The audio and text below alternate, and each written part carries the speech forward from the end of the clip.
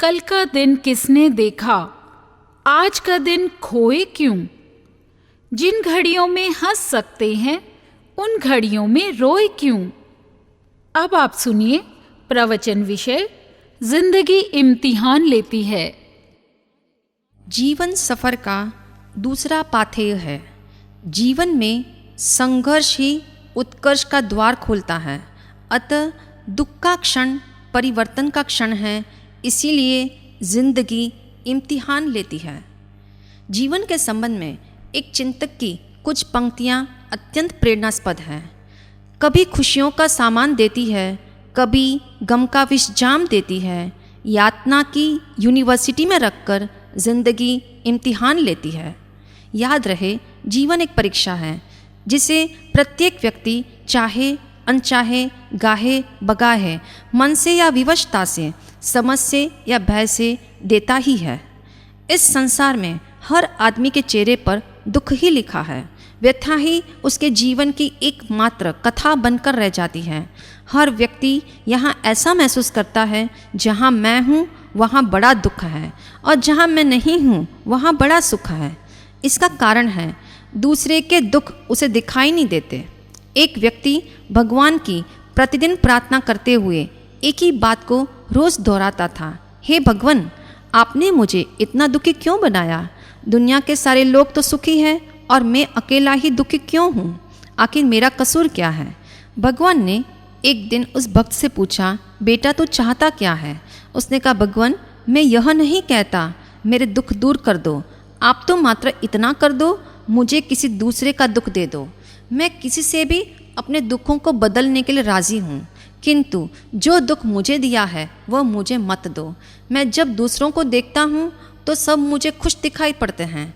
बाज़ार में देखो तो कुछ लोग हंस रहे हैं, कुछ बातों में तल्लीन है, कुछ सलाहें बांट रहे हैं, कुछ लोग मनोरंजन में डूबे हुए हैं। इनको देखकर ऐसा लगता है मानो सारी दुनिया में मज़ा ही मज़ा है।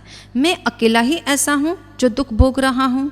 ठीक यही हाल आज धरती पर जीने वाले हर मनुष्य का है। कहा भी है, दुनिया में आदमी को दुख कहाँ नहीं है। वह कौन सी ज़मीन है जहाँ आसमान नहीं है। गौतम बुद्ध ने कहा, दुख जीवन का सत्य है, सुख तो केवल घूंघट है। बिना कांटों की चुभन से फूल की कोमलता का स्पर्श भी नहीं हो पाएगा। संसार के सुखों से भी दुखों की शक्ति अपार है। मनुष्य के पास 100 सुख हो और एक दुख हो तो मनुष्य अपने आप को दुखी मानता है। यह निश्चित है, 100 सुख होने पर भी वह अपने आप को सुखी नहीं मानता। 99 सुख पास होते हुए भी वह रोता है। मात्र एक सुख चला गया इसलिए वह बिलखता है। इतिहास बताता है, भगवान अजित नाथ के भाई सगर चक्रवर्ती को पुत्र सुख चला गया, तब वे कितने बेचैन बन गए। श्री राम का चित्त कैसे विभ्रांत हो गया जब लक्ष्मण की मृत्यु हो गई। जो सुख हमारे पास नहीं, उस सुख का अभाव इतना हावी नहीं हो जाना चाहिए कि हम शून्य मनस्क हो जाए। एक सुख नहीं है तो कोई परवाह नहीं, दूसरे अनेक सुख है। अतः पुण्योदय का उपयोग करें। जो भी दुख है उसके लिए विधेयात्मक दृष्टिकोण अपनाकर उस परीक्षा में सफल बने। ज्ञानियों के वचन है, जीवन में संघर्ष ही उत्कर्ष का द्वार खोलता है। अतः दुख का क्षण परिवर्तन का क्षण है, इसलिए जीवन में दुख अनिवार्य है। दुख की विशेषता यह है, दुख हमें जगाता है और हमारी क्षमताओं को भी विकसित करता है। यह सच है, नियति जिसे दुख देती है उजाला भी उसे ही मिलता है। जिस प्रकार बिजली को चमकने के लिए अंधेरी रात चाहिए, गुलाब के पौधों पर फूल खिलने के लिए कांटे चाहिए, ठीक उसी प्रकार जीवन को सुगंधित करने के लिए दुख भी चाहिए। किसी ने सच ही कहा है, जिंदगी में सुख तो पैसे देने से मिल जाते हैं, किंतु दुख तो पैसे देने से भी नहीं मिलते। सार यह है, जिंदगी में इम्तिहान देने से घबराओ मत। गगन में जब उजाला होने वाला होता है तब रात्रि का अंधकार एक बार सघन हो जाता है। अंधकार की सघनता प्रकाश होने का शुभ लक्षण है। पृथ्वी पर जब गर्मी का उत्ताप अधिक होता है तो वह अच्छी वर्षा के आगमन का शुभ लक्षण माना जाता है।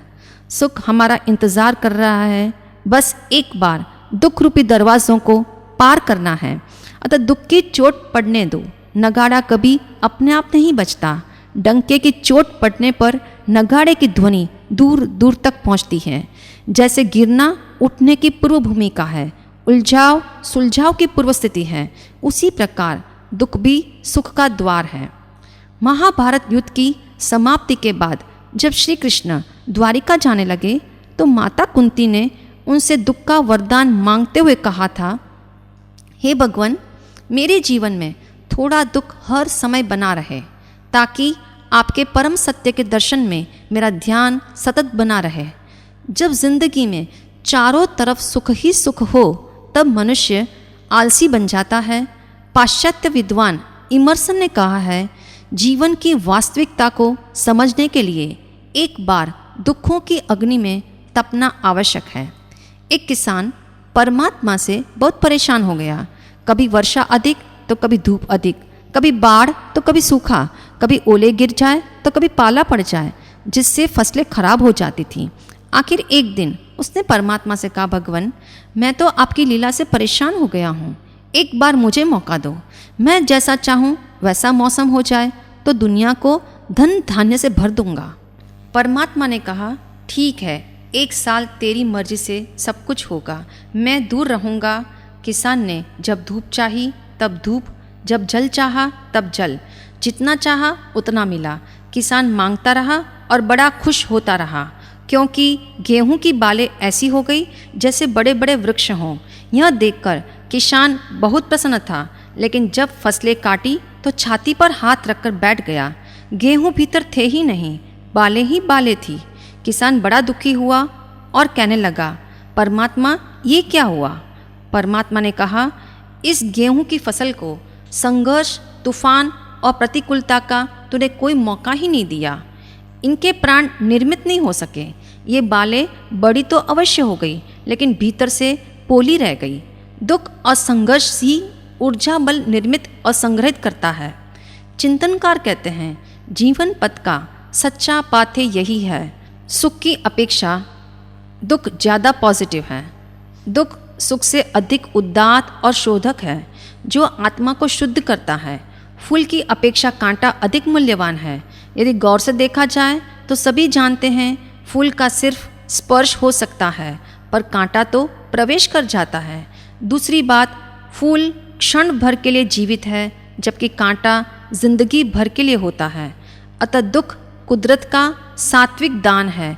किसी शायर ने भी लिखा है, जिंदगी में अगर कोई गम न हो तो जिंदगी का मज़ा नहीं मिलता। राह आसान हो तो राहरो को गुमराही का मज़ा नहीं मिलता।